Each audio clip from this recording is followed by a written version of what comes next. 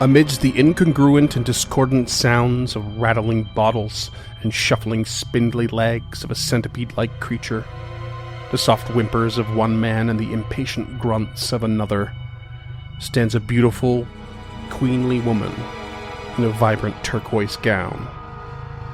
Ornamented from crown to cuff to clog, she runs a hand along an impressive relief carved into the wall. With extraordinary detail, it stretches the length and height of the surface, as if a stone mirror of the woman herself, meticulously sculpted and pristinely painted to represent majesty, dignity, beauty, and sovereignty. A lifelike copy surrounded by a grand metropolis, its populace down on bended knee, begging and worshipping. Dressed in flowing robes with a ledger and quill in hand, the impatient man takes a delicate step forward. "Mistress, if I may raise some concerns." The woman pulls her hand away sharply and raises it to cut him off. She turns to the opposite wall and strides towards it without so much as a glance at him. With equal quality and size is another relief. This one, however, of something very different. Humanoid in shape, vaguely feminine and oddly fluid in form. A yellow four-pointed star spreads across the would-be face, as a mane of hair floats around the head. The starkest feature, however, are the long tendrils that extend from 7-fingered hands, wrapping themselves around the neck of a daemon, strangling it into non-existence. Surrounding this unnerving act are souls and predators alike, lurking along an eternal river, all cowering in fear at the apex power of Nimbaloth. The woman tears her eyes away from the horrifying magnificence of the piece. She turns to the whimpering man, pinned to the floor by a many-legged creature, which slowly wriggles in anticipation. "Please, mistress, if I caused offense, I assure you I meant none." "Offense? No. No offense. You have simply done as you were asked. The uncaring, destructive power of the empty death is everything it should be. You cannot offend that which cares nothing for you, or anyone, or anything." The woman offers a cruel smile. Thank you, mistress." "Your task is finished, and it is beautiful. However, you do wish to serve me further, do you not?" With a look of worried confusion, the artist reluctantly nods his head. Yes, of course, Your Majesty." The woman gestures to the many-legged creature standing over the man. "You know, this servant of mine is something of an artist as well, though they carve and paint with a very different canvas and palette. I think perhaps it would do that your expertise is lent to theirs." "Please, my queen, I can do more. I can do better. For you I will carve my greatest masterpiece, my magnum." "I think not. Those who serve me serve in the ways that I choose." She raises her hand at the many-legged creature and gives a curt nod. Without hesitation, it drags the man away as he tries to beg further, but his words are lost amid his own screams of terror and wailing cries. The woman turns to the robed man, now standing in renewed patience at the sight and sound of the scene before him. "Now, what is it you wish to spoil the mood with?" The man steps forward, all confidence and suppressed fear, fighting back a sidelong glance in the direction of the echoing screams. "That creature, my queen, I'm not sure about it. And the space you've given it for its experiments. I had important plans for that floor and its layout. Your plans, my dear administrator, are my plans. And my plans dictate that you will find space for much more than a room of experimentation. Because what comes next will require a prison of a rather extraordinary design. The man's blank, stoic expression is betrayed only by the sweat on his brow and an irresistible need to swallow the lump in his throat. As you wish. And the screams grow further away, yet never quite silenced.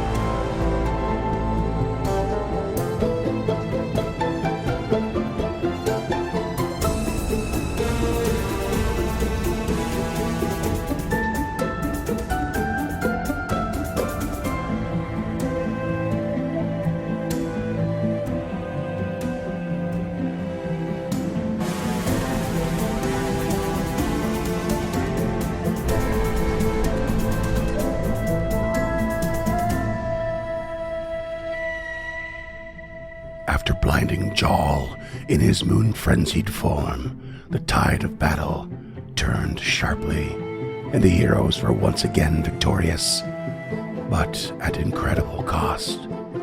Kilino had been infected with his own greatest fear, the curse of the werewolf. Longsaddle severely wounded, but would survive to see another day. Magiloi, however, was dead on arrival. Rin appeared suddenly from her pest form to survey the scene with great sorrow. However, she did discover that upon Magiloi's person was a gift of foresight, Wolf's Bane. Weighing the options for Kilino's recovery, the heroes took the time to sleep on it. Gilda and Kruka bedded down at the fishery, and after breakfast sought out Tulok at his caravan. However, he was nowhere to be seen. With new power that had sprung within his very blood, Tulok sought out the suffering Kilino, and with great effort, lifted the curse upon him. Regrouping, the heroes headed to Menhima's manor to discuss the outcome of the full moon events and what they learned of Doriana.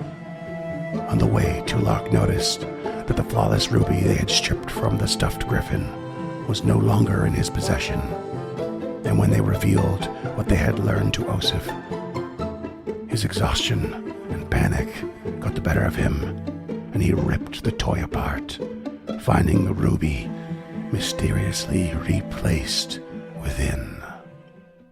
Yo, yo, yo! What's happening, listeners? What's good? What's going on? Welcome back to Stemming the Tide.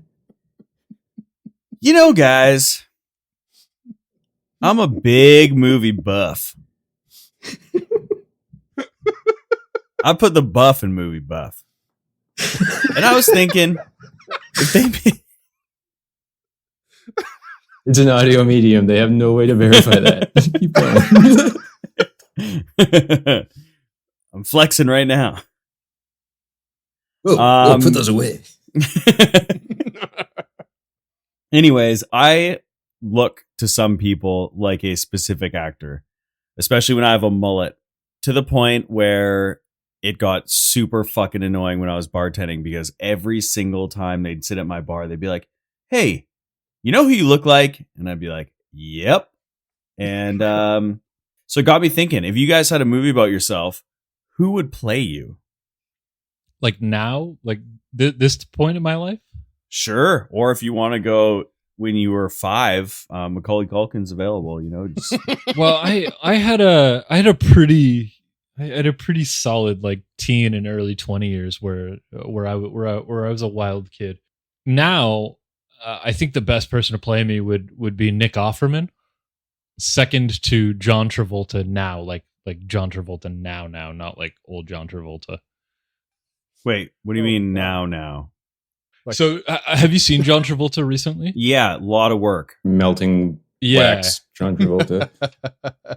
yeah. So he's kind of jacked. He's bald. He's rocking like a large beard these days. Like from Paris with Love, John Travolta. Like I think he could do a good me now, but my first choice I think would be Nick Offerman. Young me, I would probably do. Oh shit, what's his name? Huey from The Boys. Jack Quaid. Quaid. Jack Quaid, I think, could do a Quaid. really, really good young me, like an absolute hellion, but like really awkward about it. Nice. He's really good in The Boys. I haven't watched all The Boys, but he's great. He's so good. So good. Yeah, like his character on The Boys mixed with his character on Lower Decks would be like a perfect younger version of me. Just a brown nosing fucking nerd who will fight anybody. What about Dunk? That's a good question. I was thinking like DJ Qualls or the guy that plays Skinny Pete on Breaking Bad, you know. Anybody that's got the physique of a Victorian era child with a wasting disease kind of thing. Oh, the old Timothy Chalamet disease. Yeah, but without the attractiveness. Brutal. Oh, Self-burn. Jay Baruchel for Dunk. Just looks. Oh, I'll take that. Yeah, Yeah. Jay Baruchel. Okay. And he's Yeah, got a nice, he's got nice Canadian boy. East Yeah. Coast guy, right? Yeah. He's from Ottawa. Okay, so Jay Baruchel it is. So He not the wins. coast, Scott. Oh, right. damn it! Because of the movie, I thought. Yeah, well, Goon? you thought wrong. No. All right, Freeman, you're up now. I've been mistaken multiple times here in Vancouver for Seth Rogen. Oh, Yep. Oh, you're not that annoying. That's wait, whoa! He's a local treasure. I won't stand for that. No, treasure is not a word anyone should use to describe that fucking Muppet. What? I didn't take transit for a full year because he was the voice of our He's a public transit fucking system. beauty, man. No, disagree. Oh, great movies, philanthropist. Yeah, just seems like an all-around cool dude. I don't know. Yeah, I'm sure he's a nice guy. He's just bad at movies. Great weed. Hey, in a world where Adam Sandler exists, I will take Seth Rogen. Yeah, so I've just been mistaken for him a lot. When I had glasses, I actually was mistaken for Jermaine Clement a few times. I could see that. I could see that. I would have went with John Candy. You got big John Candy energy. Not like looks, but like I love personality John and Candy. energy. Yeah, I wise. could see it. John Candy's great. Yeah. Oh, rest in peace. When I was younger, though, I would, and this is maybe a very bold self plug, but younger me, I think might have been a Sam Rockwell phase. Oh, Really? Yeah, That is bold. Sam 'Cause I Rockwell's was- a fucking chameleon. I don't even know what to make of that guy. I was kind of erratic in my early to mid 20s, and not really sure where I was at. And I've seen a few films that he's done. I was like, wow, I feel like he could pull off whatever I went through. You know, Gotcha. It's less about me and more about how diverse he is, and he kind of had the same like physique as me for a while there. Right. So he would definitely be one of my choices for sure. As I say, this begs the question: what is it that you look like, Scott? That all of your when I have a customers- mullet, it's definitely Danny McBride. Oh yeah, Yeah. I get it 100%. shouted at me in the streets. That's amazing. It's and it like to the point where it was part of the reason I cut my mullet because I was just so sick of hearing it every day. I like how that's the reason you cut your mullet. It was part of it. I think Maddie Matheson could also play you in a movie. Yeah. Yeah. I have his cookbook right around the corner there. Oh, I should have both of them, but in one of them where he's like sitting at the table in this like white collared shirt, it looks very similar to me when I was short hair. And then my final one is now, and I don't really see this, but when I was a little thinner, people said Nathan Fillion, but I don't really see it. Oh. No, I don't Okay. really see it either. Maybe without the mustache, but Yeah. I don't know. And also, I don't think he could play my personality. He doesn't have the range. Just kidding. I love the guy. Shots fired. Hey, You mean Canada's actual treasure? Okay, I was thinking Nathan Fielder and not Nathan Fillion for a second there. Nathan Fielder would have been great. and I had one more for Duncan. Did you guys ever watch The Wire? Yep. Oh yeah. What about the guy who plays Ziggy Oh, Sobotka? yeah, I could see that. I actually watched that recently in season 2. Yeah, I could see that. Oh, I don't remember. I'm looking it up now. James Ransom. Oh yeah. Yeah, like I'm saying, like I was saying with Skinny Pete, you just a drug-addled kind of guy. I didn't know you when you were younger, Freeman, but I was thinking like Julian Dennison. I don't know if you guys are familiar with him or his work, No. but he's like this little New Zealand kid. He's probably most famous for Deadpool 2. He was the kid in Deadpool Oh, 2, yeah, Fire like- Fist. Okay. And where the Hunt for the Wilder People. Oh, I know that guy. Yeah. He's got great range, and he's really, really funny when he's allowed to be. He's I have no also idea who this in kid is. he's also in a like, what do they call those things that they're commercials on TV, but they like tell you not to do drugs? Public PSA. service announcements. PSA. He's in one of those from New Zealand about smoking weed, and it's fucking hilarious. And it's like oh, I've seen before that he got one. famous. I've seen that one. Yeah. Check that They out, have some folks. great PSAs. Yeah. Yeah. All right. Well, speaking of playing characters, let's do it. Nicely done. Really, really Yeah, smooth. not bad. Mm. Oh my god, that was awful. Speaking of people who play roles, let's role play. Hey! Technically, it counts as a pun. The secret to humor lies in technicalities like that. And shout out to all the listeners that say they don't like our intros because we go on for too long. You're welcome. We just hit our mandated 10 minutes. Now. Well, let's see here. So you are at the Menhimas Manor. After the most recent event of tearing apart his daughter's stuffed toy and finding this ruby. You know, the thing every good father does. Yep. He's pretty stressed out. It's not a good thing, but yeah, he basically Dorian, he's given the doll back. Someone's now repairing it. She's calmed down to a degree, and Osif is just beside himself, and he's kind of pulled you all aside, and you've been sitting in silence for just a little bit, and just mulling over the details. And Osif just periodically shakes his head, and then at some point lifts it and just says, I flew off the handle a bit there, but this is my family, my daughter. I cannot let her go down there with you. You understand that, right? Not really. First of all, we do need her to lead us there. Otherwise, she's just going to keep sneaking out on her own. She's old enough that she knows her way out of the house, as is clear from last night. And gaining her trust could be formative at this point. And if we can get her to take us there, we can at least vet this character. Or, probably more likely, with somebody called the Motley Man, take it down. Because I don't imagine this being a good thing, good for her based on what Tulux told us of Ling. So we're at a bit of an impasse here, Mr. Mayor. Either she takes us down there and we protect her, and might I remind you, we did just protect the majority of the city at one time. So one small girl will be difficult, but I can't imagine it'll be like fending off the city from a wolf attack difficult.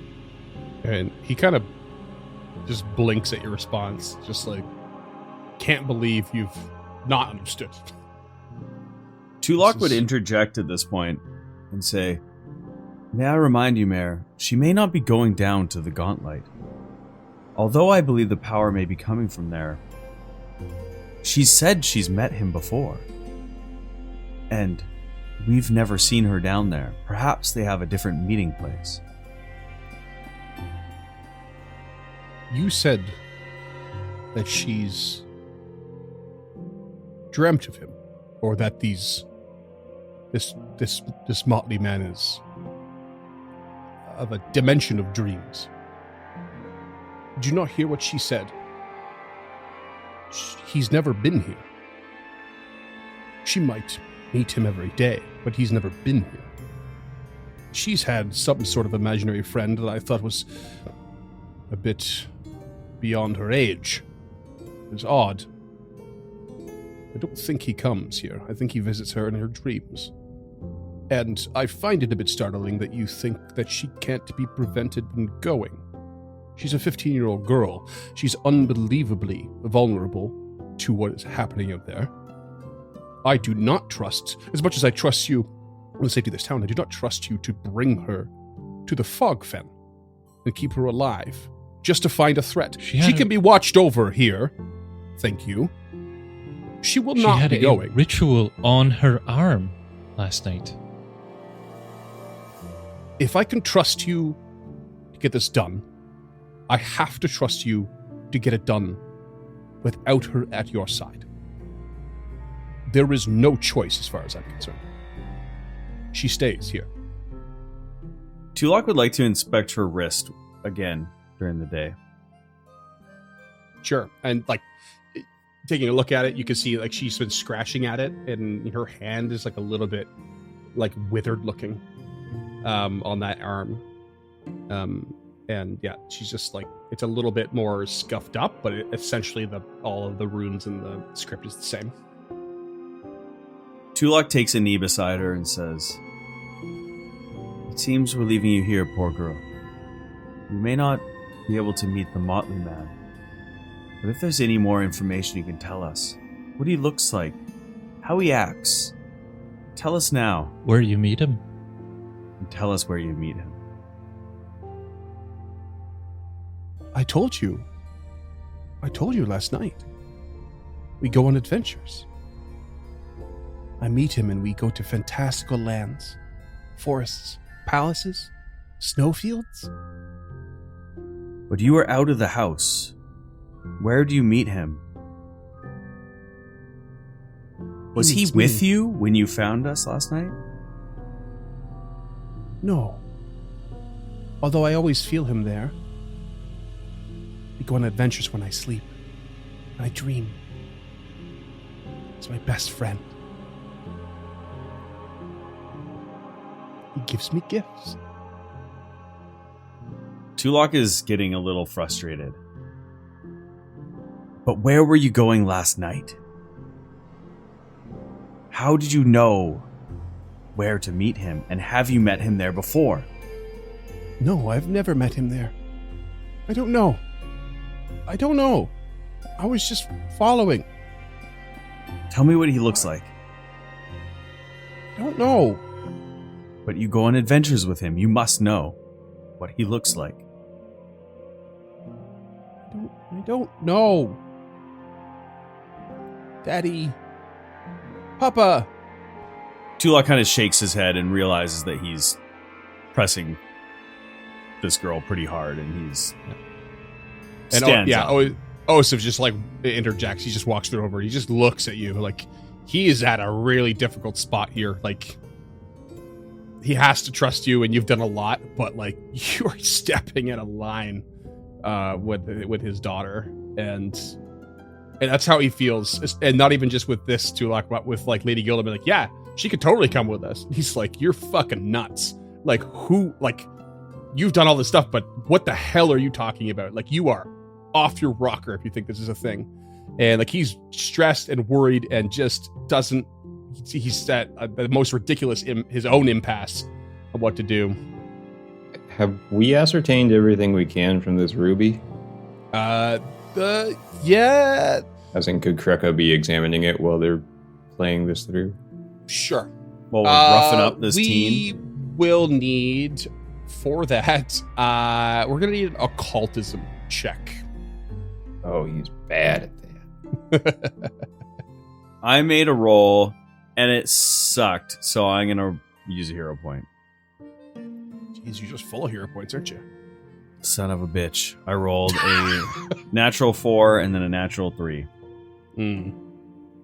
Nice. Son of a bitch! Just looks like a sweet old flawless ruby to you. Tulak takes it, throws it out the window. Yeah, Kreka got an 18 on that check. Gross. Fuck! I hate that, man. It's so annoying. Okay, fine. Before we head out, Gilda will like plead with Menhimes to at least have Rin or Morlabint come and try and ward them against dreamwalking. Yeah, and he appreciates that approach much better.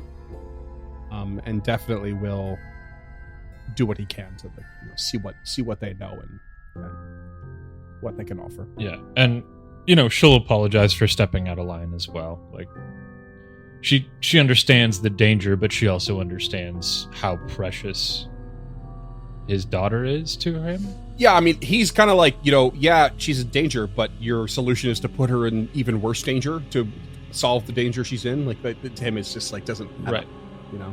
Yeah, and Gilda understands that now. She understands that's where he's coming from, but that's not how Sir August would have dealt with this. Yeah, he would have made her march out there and deal with this head on. Yeah, and it would have been faster. And that's what Gilda was hoping for, was a fast resolution to this, because they've got shit to do. They can't be looking for her imaginary friend. They've got to go hunt down this flesh warping doctor.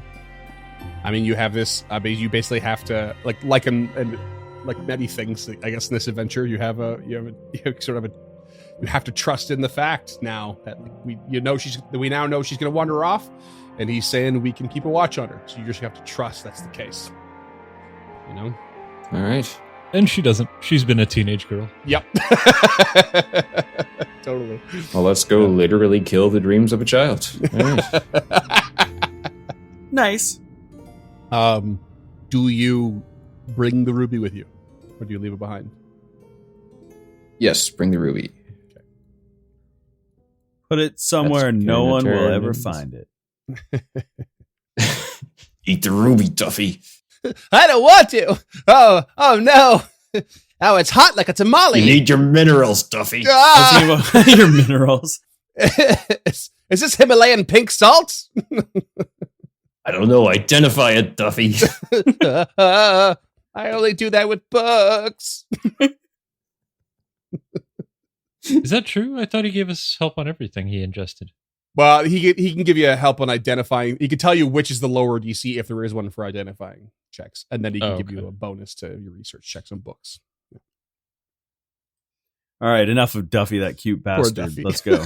I feel pretty bad about that, actually. I think I have the curse of the werewolf. Oh, I got a poison for that. Yeah, speaking of that, did anybody get hit by Jaw last night? Like, other than Kilino? No one got hit with the Jaws attack. That was the important one. Yeah. You would know if you had to roll a fortitude save, but no one did. you got really lucky. All right. Yeah, okay. They were all claws. Yeah.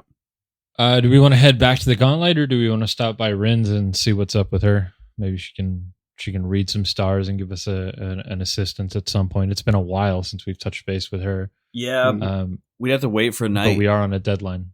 Yeah, I say we go. Plus, I'm pretty anxious to hit something with my brand new level up. So. So you're going to go to Rin or no? Next time. We're going to go back to the Gauntlet. Okay. On your way, just before you leave town, you are stopped by Gerald, who is heading up towards the Menhimes Manor to meet you. And he's just like, "Oh, hello, sirs. So we had some stuff here left over from the battle, and I thought maybe you could put it to use, or I could give you money in exchange or some such. But Jarl Joel had these on him here, and they seem like they're pretty good. And he has 2 Katars that are +1 striking. Oh, I'm good. But we should stop by Galentine on the way through. Maybe my shield and Tulok's clothes are here. They should be pretty close if they're not. No, I got my clothes. timeline wise, they wouldn't even Okay. have arrived in Absalom yet. Your orders. Okay, got it. They'll arrive tomorrow. We put a rush on them though, an overnight rush, didn't we? the rush makes it 3 days, I think. Oh, Or no. gotcha. Let me just double check. Expedited to a delivery expedited to arrive in 2 days. So arriving in 2 days is expedited. Otherwise, it's a week. So So it shouldn't takes it? 4 days for something to come back. I still think it's been like 4 days. No, Nope. I've been actually Okay. It's tracking gotta the have been calendar. In this 3 one. then, right? Because you guys you guys sent it and then went into Gauntlet, spent the whole day in Gauntlet, and then came back out at like 10 o'clock at night and spent the whole night fighting. It's been a lot of episodes on the same day. Oh, okay, gotcha. Ooh, guitars are neat though. Little punching daggers. Yep. And they're +1 striking runes on them, so you can always transfer those to different weapons if you want, which is pretty valuable. He also says, so you probably noticed that Kilino, well, he was wearing a bunch of wolf pelts when he went out marching trying to find Jaw. Well, it turns out they are pelts that he acquired over the years from other winter wolves. And he was actually sort of looking for another winter wolf pelt, which we kind of have now because we killed that. Well, you killed that one, and according to him, that could be turned into some pretty cool armor. If you're interested, he seems to want you to have it. I can get someone cobbling it together for you while you're away. That would be great, Gerald. We do appreciate that in the delivery of the weapons. How are you feeling? Oh, I'm exhausted, but I guess I'm okay. We lost a Gerald, lot of fellows in that one. You know, Gerald, there was quite a bit of fanfare for us when we were in the market. But I want you to know that your deeds don't go unnoticed by us. You've truly risen to your rank, and maybe above and beyond. Thank you again for helping us. Thank you, Master Tulok. That's mighty kind of you. Just doing my job. And Tulok claps him on the back with a bit of a smile. Do we know what kind of armor it would make? Like, wolf pelt armor isn't particularly descriptive. No, it's no. You have to wait. I'm gonna make you wait. Okay. But we'll say if you come back tomorrow, it'll be ready for you. As long as it has a nice big like wolf head cod piece on it, I'm gonna be all over that thing. Not even a wolf head hood. You just went straight to codpiece, eh? I love it. Yeah, weirdly always goes like that. I don't know why. All right, let's fucking do this, baby. I want to see Krucka Yes. and Gilda fucking slay. Stem that tad, baby. Okay, so you're heading back to well, we'll go back to the level 5. Where do you want to enter from? The usual route, the route you took from it would take a little extra time to go around from the smuggler's cave. Probably more time than you need to. Yeah. No, we'll go back and we'll just hit those teleportation circles all the way down. Okay. Yeah, we want to go. We want to be as fast as possible. So Jaffakee's on level 6. You believe so. Okay. So we still have one area that we haven't searched here, but because of time, I believe that we should probably bypass that for now and maybe collect that after we've dealt with this. Yeah, that's the one that's by that feral Velstrax. Yeah. Yeah. Yeah. Gilda would like the whip back at some point, so it makes sense that we check it out eventually. Yeah. Oh. So for options, we still haven't gone down to the floor of the fighting pit. And then also there's that big grand staircase that goes down in the entranceway. Yeah, Then like that circular there's- room. I believe we found 2 stairwells. Yeah, there's one by the 2 poltergeists. Mm-hmm. And then Or there 3 was- stairwells. And you've never actually explored this room that was south of Shafrim's.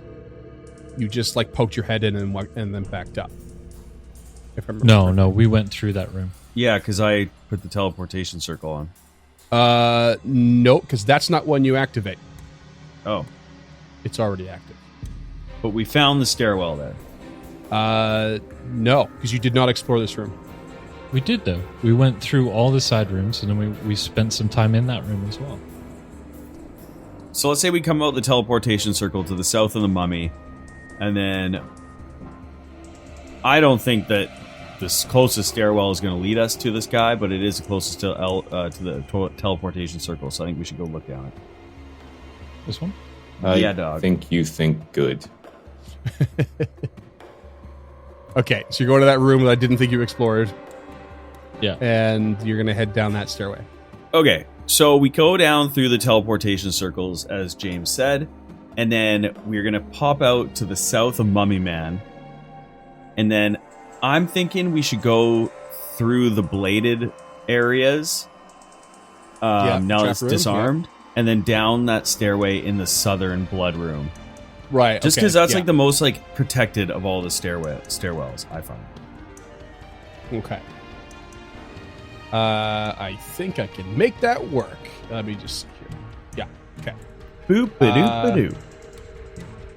So you're going into where the bladed traps were that completely destroyed Garmin, and Yeah, Cracker wiped some Carmen off his shoes on his way through. oh god, it's brutal. And so there was that southern room that you found like an alchemist lab and stuff in, I think, and yeah, you head down the staircase there, one of the many maze fucking staircases in this goddamn dungeon. I'm sure the listeners are like, oh, I know exactly where that is. Not. But yeah, you head on down, and as you do, you find the stairway opening to 15 by 15 room with a old table and chair just sitting there. And there is a hallway to the north and a hallway to the east. And you also notice that the wall ahead of you is it's similar to what you've seen in the poltergeist room, in that it is transparent, but it is a wall. You can tell it's a wall. Mm-hmm. Krucka would like to search this small room thoroughly. And so as you step through, you see to the hallway to the east leads to a single door that you can't see through, and you can see the stairwell. You're sort of above this room that's on the other side of the transparent wall, that has like all these really old blood stains on the floor. You can't see it. You can see the stairwell that you might have gone through in the big hall that was south of Shafrim would lead down to that room. And the whole room just seems to be filled with old dried blood. And as you step out, how far can you guys see? Let's go. Sorry, I'm just gonna move you a little bit so you can see how far you can see. Yeah.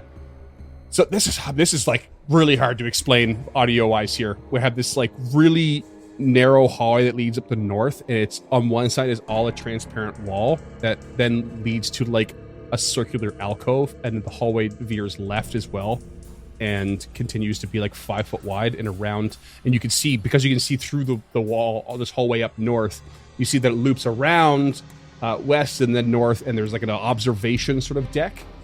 You can actually see a creature, this like worm creature, standing there, looking over into this corner at something that you can't see.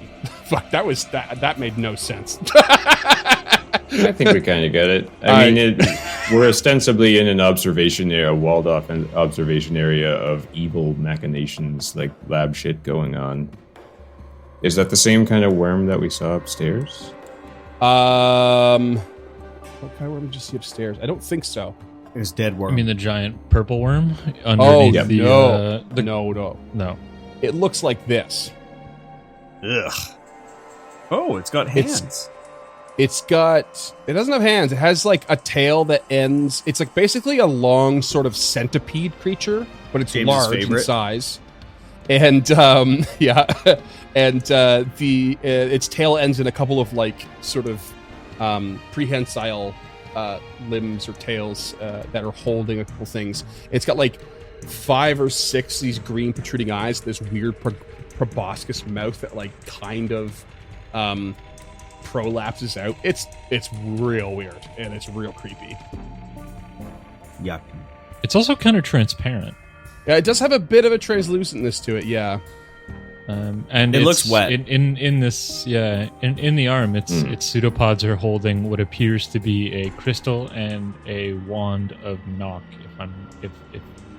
I mean, it kind of looks like a wand of knock from the original There's 3D art. Oh, okay. Book in there too, I think. You can actually see a book as well. Yeah. So it's got all these like centipede-like legs, and then it appears to be able to handle things with the end of its tail, but with no actual arms.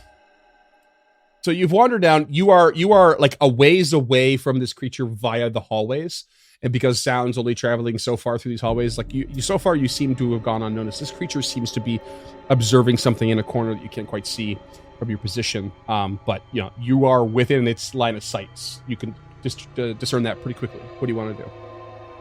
Tulak will avoid notice.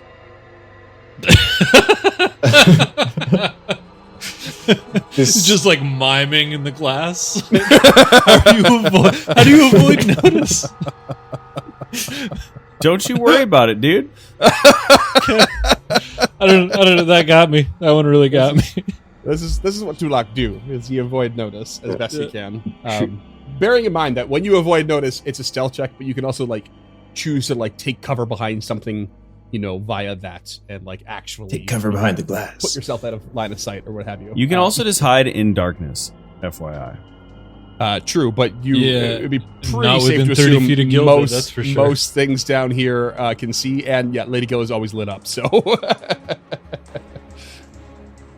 Kraka would like to thoroughly search this little landing area that we came into. sure. You give a little search around, and doesn't appear to be anything of value. Just kind of old chair, old table, nothing else around.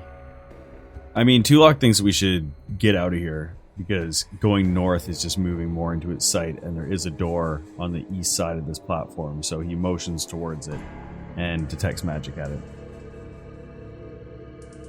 Sorry, I lied. I'll cover that real quick, though, Tulak. You do detect magic, including, even though you are definitely removing some of the magic from your detection from the wall, because you know that's going to be magical. Yeah. But as you're detecting magic, you definitely detect it forward beyond that door. But Kraka, you actually do discover a secret door. Hey, Oh! that thorough search is coming in right handy. there in the southwest corner. And he will open it. Yeah, there's like basically a masonry square in the floor that depresses like a button if you put a little extra pressure on it, and then it pops this door open, and it reveals to you one of your favorite things, Kraka. A 5-foot wide hallway. This one not 10 foot in length, but rather about 30 feet, and actually goes down some stairs a little bit further ahead, and then you can see there's another door at the other end that looks like it would be probably also another secret door, but it's obvious from this side. It's a king size 5-foot wide hallway. Shall we go down it? Let's check it out. Fuck it. Okay, yeah, I'll go barreling down. We go Yeah, I barreling have down. no bearing since we started in the center of the map for maybe the first time ever. Yeah, right? Okay, get me a marching order here. Well, what's happening? Kruk is up front. I guess Gilda is in the back, taking the defend action. It's a 2-log Kruk sandwich. is scouting. 2-log sandwich, okay. So you get to the door, and you pop it open? Listen first. Yeah, we'll listen first. Yep, you can hear a bit of motion on the other side. Hostile motion? Yeah, just a bit of motion. That's it. Okay. Well, let's continue making motion noises by opening the door.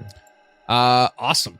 I love this. You crack the door open, and it reveals to you a long chamber that is rounded on both ends. To the north, there is a door, and to the south is another transparent stone wall that looks out over the arena floor.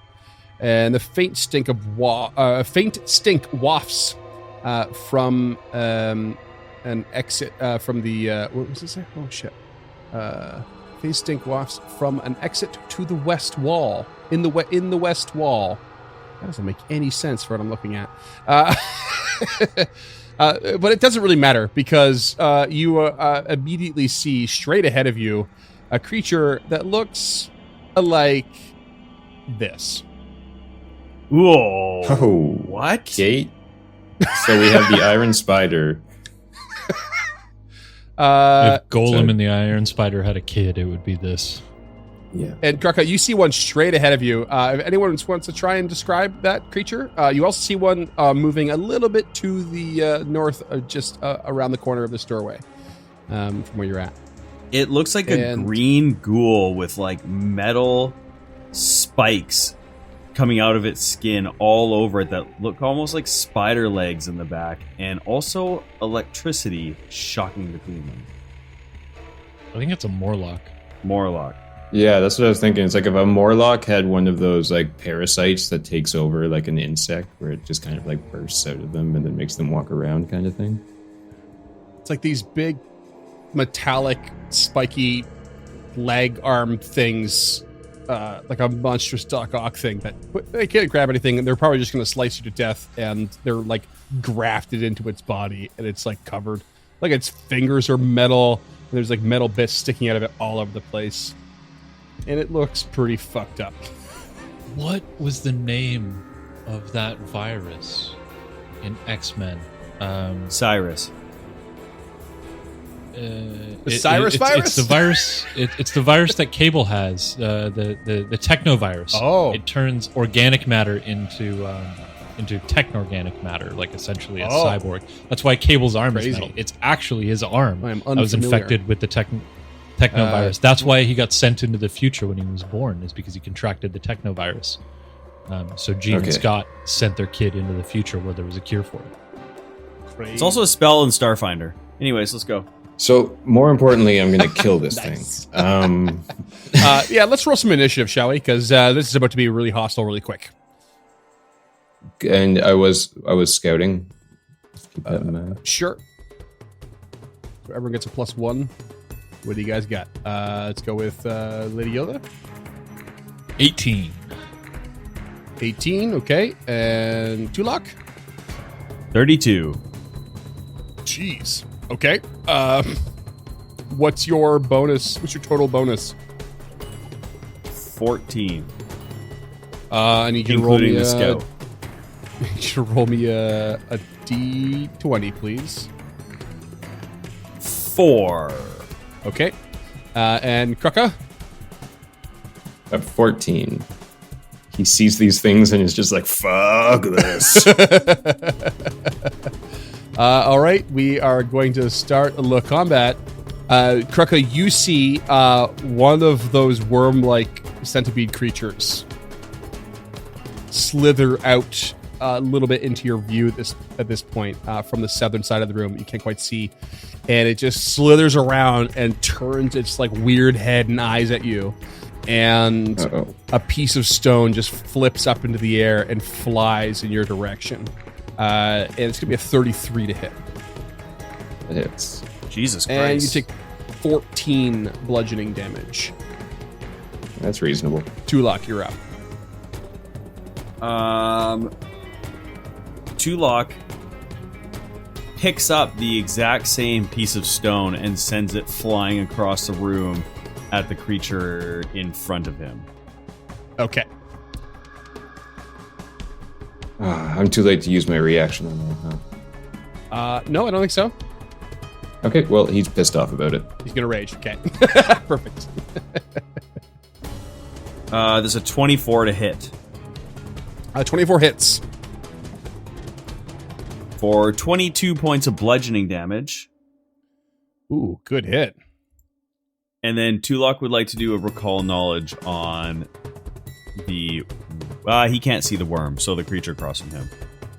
Okay, I'll recall knowledge. Okay, yep, that's gonna be you can do Arcana, Crafting, or Occultism on this one. It's a 34 occultism. Oh boy. Bitch. That's a critical success. Tell me this everything. Is what is known as a Dreshkan. And they are basically flesh warps of Morlocks. Ooh. Because Morlocks are descended from distant human ancestors, clumsily or hastily flesh warping a Morlock produces a Grothlut. However, a skilled flesh warper can tease out a Morlock's genetic differences to make an entirely different creature, creating a Dreshkan. Which involves replacing the Morlock's bones with a metal skeleton. The new skeleton is often heavily augmented, such as with spider-like limbs protruding from the spine or magazines of tiny, deadly needles. Arcane electricity courses through the Dreshkan thereafter, making it jumpy and irritable. Morlocks view Dreshkans as impressive fusions of flesh and technology and gladly fight alongside the creatures whom they view as paragons of Morlock potential. They're immune to electricity. I can give you that. And they can shoot needles at you. And if you critically fail on a melee strike, they can react accordingly as well and attack you. And they've retained their swarming stance that Morlocks have, so they can get into each other's space and get a bonus to attacks. Probably the most important thing, though, is they get a bonus to a bunch of saves like bleed, death effects, disease, doom, fatigue, paralyzed, poison, and sickened. But they also have a light blindness. So if they're exposed to bright light, it will blind them. Yeah, we still don't have that. I mean, you do. Tulok and Lady Gilda both have light cast on them. So within a certain range, it will blind them. What? I thought we made the distinction that wasn't bright light. Let's see what the spell says. Or is it different than sunlight? That's what you're thinking of. Yeah, it's a bright light's a 20-foot radius. Or a light makes a bright light in 20 foot and then dim light for another 20 feet. So it extends it 40 feet. So regular Morlocks need sunlight, but these guys need bright light? So you're thinking of something called sunlight sensitivity, which is different. Yeah. Okay, my bad. But technically you are within 20 feet, but Krucka is blocking the way for direct bright light. All right. He makes a better door than a window. Tulok tells them all this. Okay, still your turn, Tulok. No, sir. Is it I'm not? done. Nope. Oh, you can. Oh, I forgot you threw the thing. Yeah, baby. My bad. Okay, that brings us to Northern Dreshkan, which is going to step forward and just lunge at Krucka with incredible irritation. And we're going to go for one of these weird claw attacks. That's going to be a 21 to hit. Yeah, it does not. And following up with a 23 to hit. Does not. That's a miss. Okay. And then the one that was straight ahead is going to is actually going to launch a needle through its ally, so you're going to get lesser cover for this Krucka. That's going to be 17 to hit, so that misses. And then it is going to lunge forward and join its ally in the swarming stance and then try to slash at you with a 22 to hit. Oh, I'm rolling terrible. Or I'm just really good. Yeah. And then that brings us to Lady Gilda, who's not in a great position for this situation. Nope, she'll delay. Nice. She's going to delay. Cool. Good thinking. Krucka, what you got? Ring of the Ram, baby. Hell yeah. Fucking love DC the 22 Ram. Fortitude save, please. Remind me, this isn't like a conal thing, it's a single target, right? Into one foe you see within 60 feet, yeah. So, I'm going to roll to see which one you hit. Because they're in the storming stance, we've done this before. Okay. And you do Fortitude? Yeah, DC 22. Yeah. So, do I have to say before or after they fail how many actions I use to do it? Or You got to decide right now, right away. Okay. As you do it. Two action. Two action. Two Okay. action force ring. And you did 22 Fortitude save. That is, I rolled a 24. So a success, you take half damage and you'll get pushed half the distance. So I got 15 damage, so you'll take 7 damage, Yep. and you'll move 5 feet backwards. Okay, 5 feet. So you hit the one that was struck by the telekinetic projectile and push it back 5 feet. Wow, I wish I could get out of here. You can, you just have to use a tumble through action. Yeah, he'll tumble through, try to tumble through to the north. So that's an acrobatics against the reflex DC of the creature. Hero points. 'Cause that was a natty 1. That's a good call. Nat 20. Oh my Oh, god. hell yeah. We've had a couple of those recently. Amazing. All right. 6. So there's no critical success for this. But yeah, you succeed and you can move through the enemy space, treating it as difficult terrain. Okay, so that's... I'm just going to go to the north of that enemy. Okay. Awesome. That's you. Back at the top of the round. You can now see this worm creature standing there, which is going to... Let's see, what is it going to do? Oh, actually... Yeah, I think No, okay. I think it's going to... I'm just going to cast another telekinetic projectile on you, I think. 32 to hit. That hits. That's going to be 17 bludgeoning damage.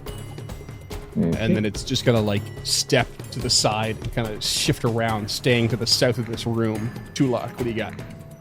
Tulak is going to rouse skeletons. Oh, okay. So this is we discussed this off air a bit. This is a burst. Yes. So you have to aim it somewhere 60 feet within your eye line, your line of sight, and you have to place it on the corner of a square.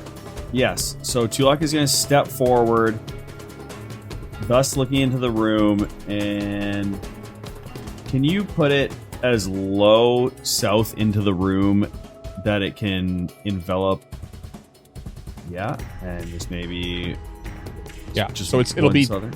the southwest corner of the Dreshkan that's in the middle of the room that was pushed back, and it will basically manage to hit both Dreshkans and the worm creature and avoid Krucka. Perfect. So I will need a reflex save from everybody. Everybody? Okay. Dreshkan number 1, 29. Dreshkan number 2, 17. Fail. Worm creature, 34. Okay. 4, 8, and 4. Okay. And sorry, Gilda, I know I'm right where you want to be, but Yeah, you really, really hooped me here.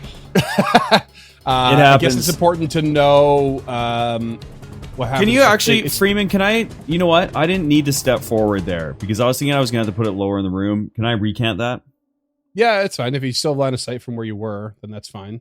Yeah, still line of sight. So, like this, as soon as you cast it, it immediately grasps at creatures in the room. But on subsequent rounds, the first time you sustain the spell, you can move it, and it will do it again. But otherwise, Lady Gilda is actually safe to just travel through it. She just doesn't want to stand in it, Yeah, as far But as I can I'm- tell. it's all good. I just She's want got her to to tumble deal through, and it's Yeah. not going to Still has to happen tumble for through her. for sure. Yeah. yeah. Yeah. So I just do that. I step back, or I don't move, cast that, and then I cast guidance on Lady Gilda. Okay. No, actually, I'm going to cast it on Krucka because he's in more danger right now. You need line of sight on that? That's what I was just wondering, but I just give it to Gilda then. yeah, just give it to Gilda. Sorry about that. Okay. Okay. You don't take instructions well. that's me. Lady Gilda, you gonna intervene finally, or Yeah, she will jump into the initiative order now that that Okay. space in front of Tulok is freed. So she will first action raise that shield. okay? Second action, she will stride past Tulok. And third action, she will punch at this trash can. Okay. That's a 28 to hit. Yep, that hits. 10 points of bludgeoning and 6 points of positive if it's undead. It is not. So I mean, 10 blood. I feel like it is. It's not. Fine. It's an aberration and a construct. Oh, construct. Okay. Mhm. Okay. So bludgeoning was probably the right way to go. Yeah, generally speaking, yeah, it's a good strategy. Dreshkan, the one you just hit, is going to, let's see here. It's gonna return in kind, I think. It's going to attack at you with a claw. 18 to hit. That's never gonna happen. Son of a bitch. And then it's going She to could be step asleep and it backwards wouldn't into its friend's square and launch a needle at you with a +1. It's a 24 to hit.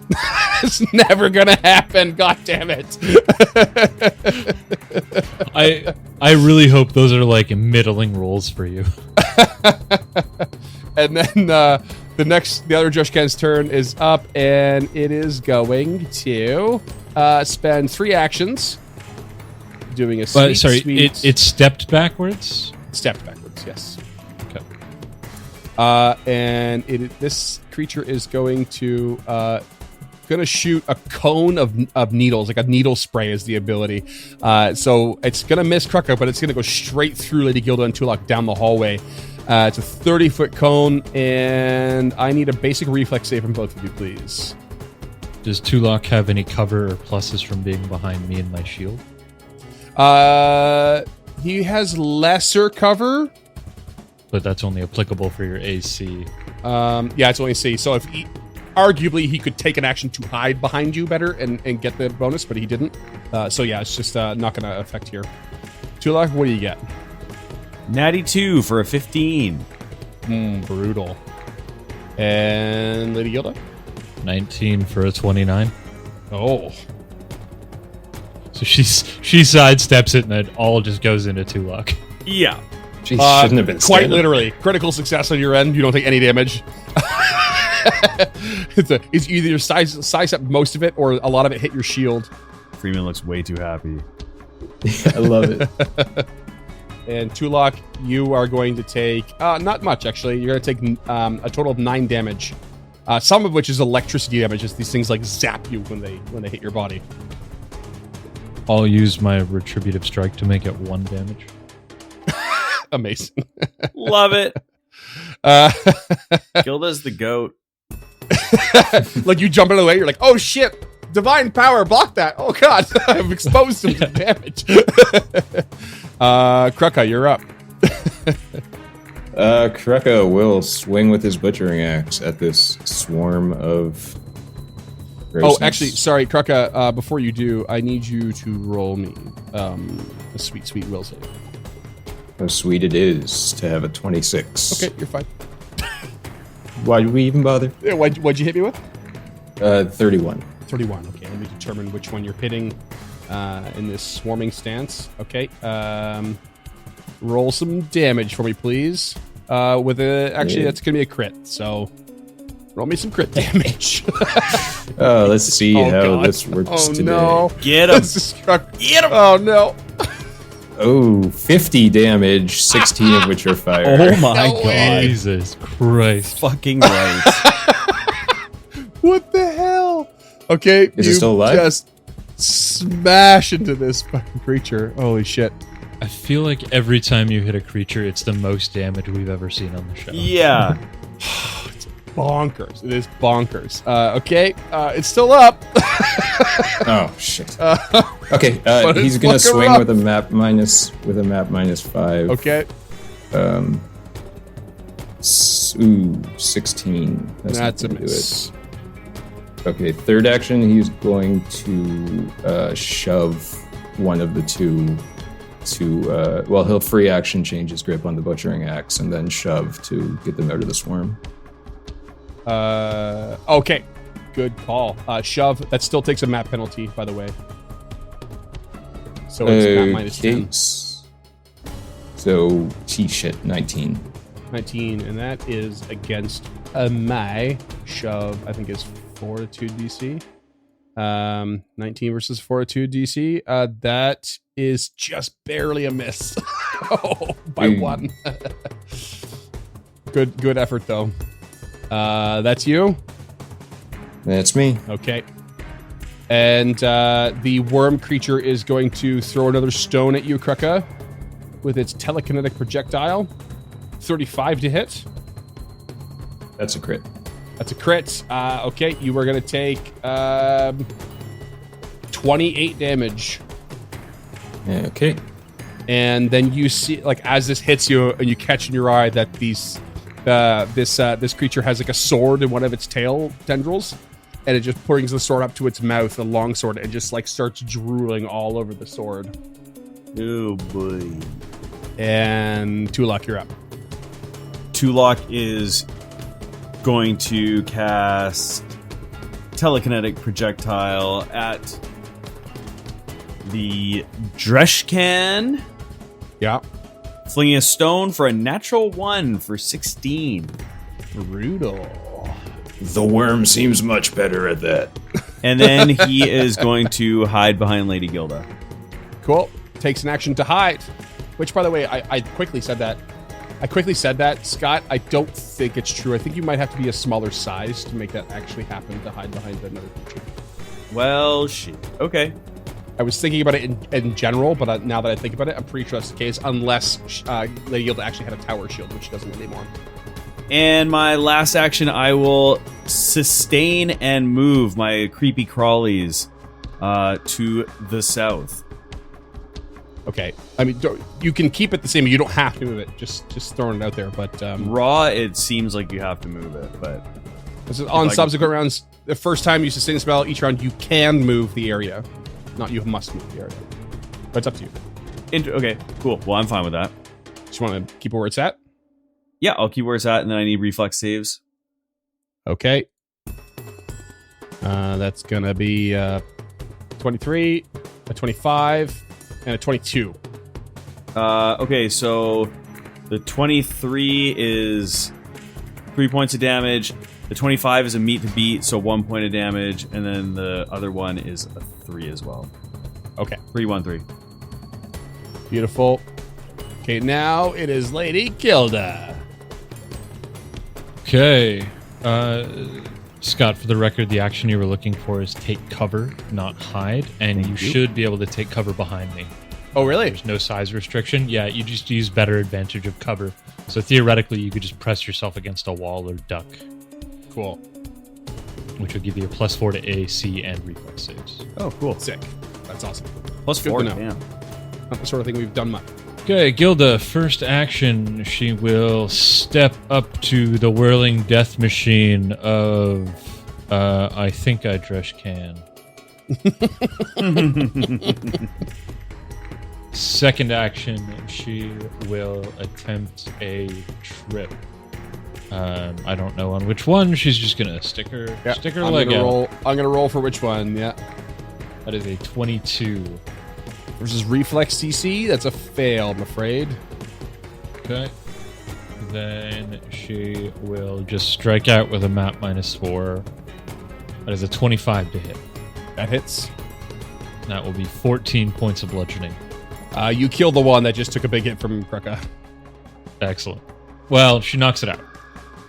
Yeah, okay, you knock it out. Yeah, fair enough. Non-lethal.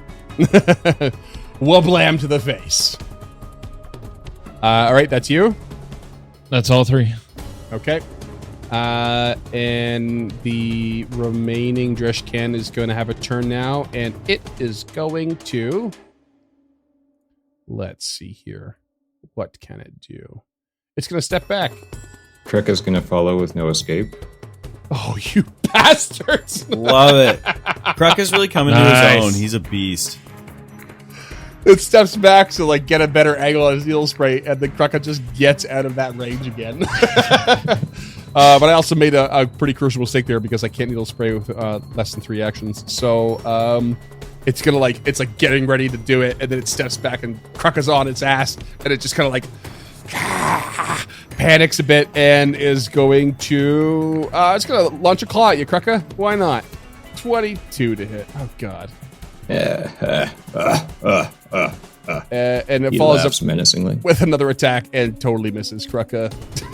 What do you do? So Kruka will change his grip on the butchering axe in preparation to butcher. 35 to hit. Yeah, that's a crit. 60 damage. Come on. Holy shit. 16 of which are fire. Describe your kill. He's kind of surprised at this one, and it just, it goes up. It like an axe kind of like gets caught in the metal spikes on his back as it's dead. He's like, oh, well, neat. That one was looking kind of okay. You just fucked it up. And third action, I'd like to recall knowledge on the worm. Okay. What was your first action? Oh, the switching the grips, yeah. That's going to be an occultism, if you like. I don't. Yeah. You don't have a goddamn clue. Yeah, it's ugly. Top of the order. And this worm creature is going to swing this longsword with its tail with a 10-foot reach at Lady Gilda. And miss horribly. And then is going to cast telekinetic projectile again at Kruka. Natural 20 with a 36. Oh no. And 22 points of damage. 22? Okay. Yeah. I'll use my reaction and reduce that by 8. Probably a good call here. Kruka's taking some hits. Tulak, what do you got? Tulak will not sustain the Okay. skellies. Stride into the room and to the north a little bit, and will cast telekinetic projectile right back at this motherfucker. Okay. He sends a stone hurling at it with a 33 to hit. That's a crit. Yeah, baby! Nice. 24 points of bludgeoning damage. Oh boy. Oh boy. Bad roll. Okay. Big hit. God, this thing just reels at that. And that brings us to Lady Gilda. Raise, step, punch. Back to her roots.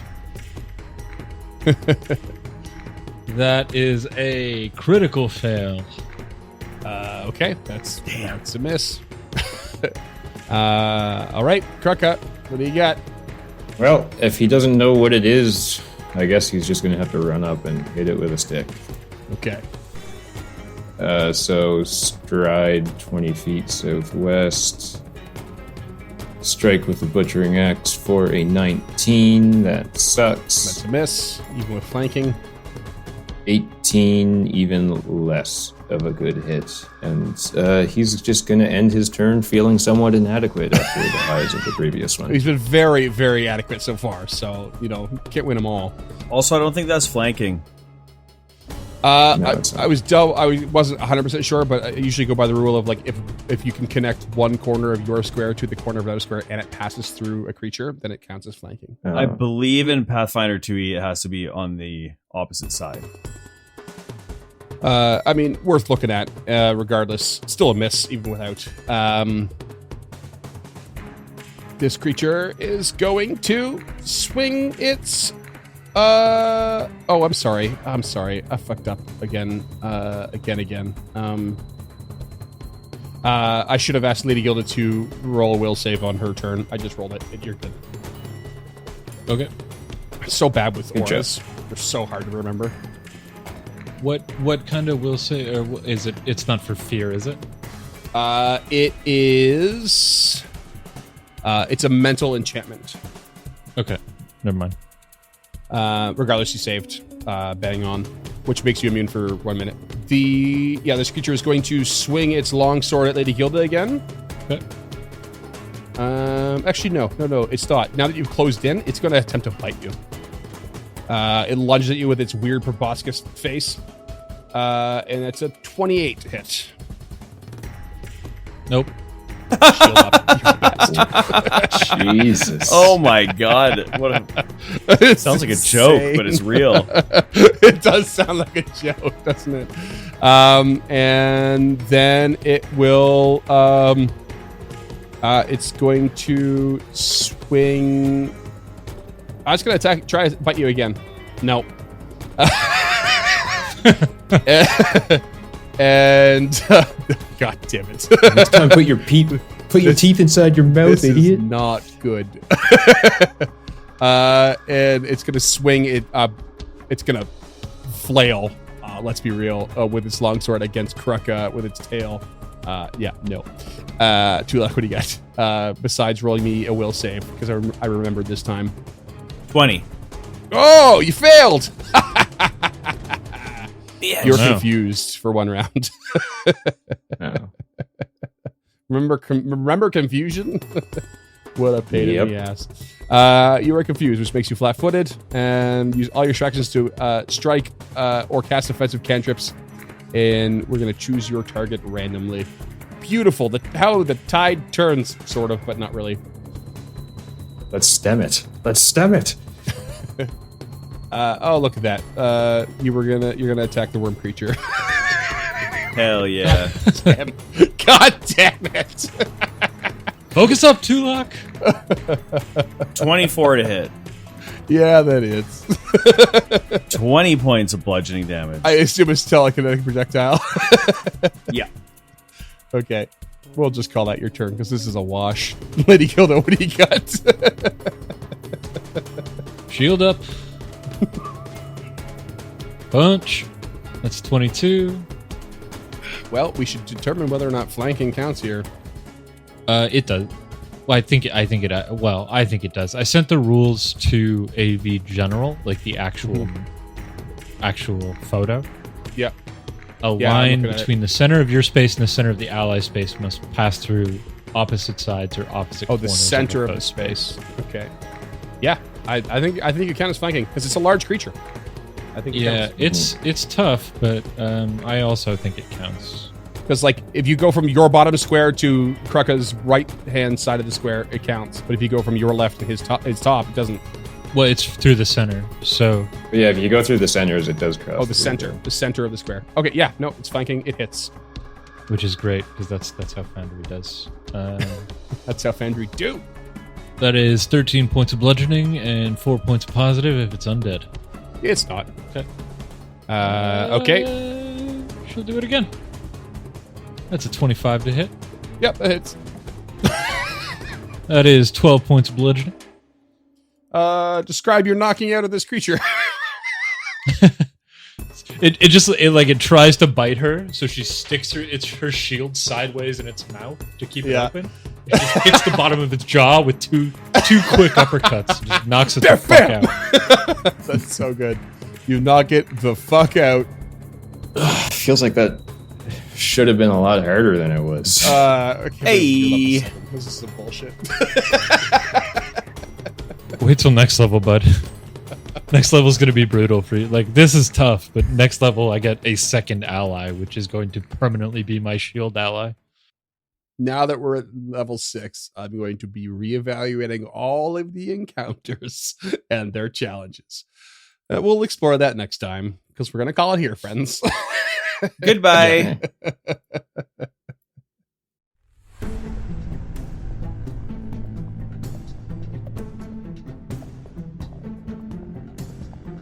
Stemming the Tide is an actual play podcast of the Adventure Path Abomination Vaults and is produced by the Uncharted North Network. Stemming the Tide uses trademarks and/or copyrights owned by Paizo Inc., used under Paizo's community use policy. We are expressly prohibited from charging you to use or access this content. Stemming the Tide is not published, endorsed, or specifically approved by Paizo. For more information about Paizo Inc. and Paizo products, visit paizo.com. Music is composed by Will Savino and artwork by Greyhood.